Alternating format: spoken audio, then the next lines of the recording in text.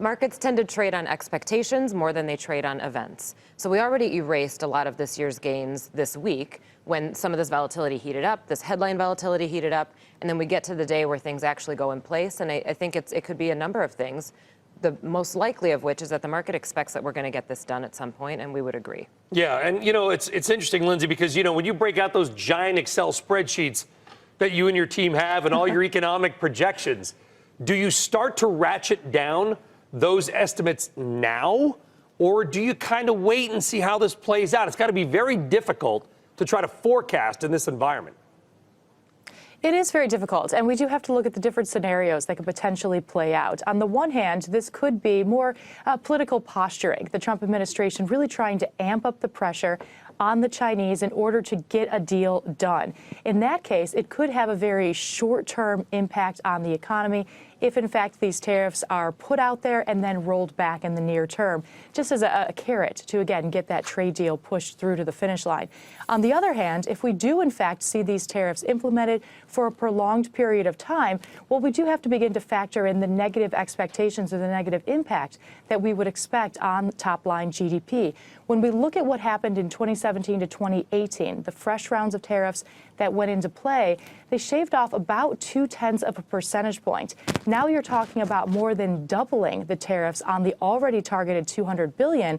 And of course, it's still hanging out there for new tariffs to target the remaining balance of Chinese imports. So this could more than double the impact in the current year. Yeah, and let's focus on that for a second, Lindsey, because I think everybody knows that these tariffs are on industrial goods, wire products, things like that. The consumer doesn't feel it as much yet. $30 billion, which is the increase in tariffs, a relatively small number in a $17.5 trillion economy. But if we get those second round of threats, the 25% on pretty much, to your point, every single other good, toys, phones, shoes, clothes, stuff we actually purchase at the store, what would that do to the economy? Well, that's going to have a much bigger and much more direct impact on the consumer. As you mentioned earlier, it was products that were particularly being used in the production of final goods. So producers were struggling to pass that cost increase on to consumers without the risk of losing market share. We heard from a number of large companies talking about eating that cost, putting that on their bottom line, or reducing margins as opposed to entirely passing that on as cost increases, onto the consumer.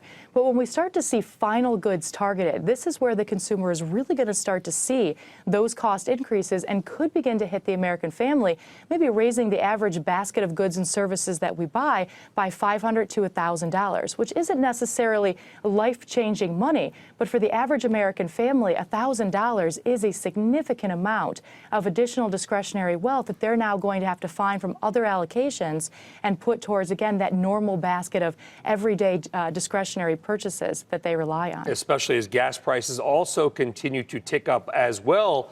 It has been, Liz, the worst week of the year for stocks. But let's be clear and fair. It's been a great 2019 for stocks so far.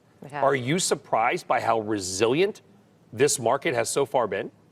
Not entirely. And what I would say, you have to say it very carefully, that we would expect the uptrend to be tested from here, but we don't see new lows coming in. So the markets continue to be resilient because the economy in the U.S. is healthy, and those numbers continue to come in a positive way. Where I think, and I would agree with Lindsey on this, where I think it starts to make a difference is how long will these tariffs stay in place? And if they stay in place for an extended period of time, then you have to ask yourself, what's an extended period of time?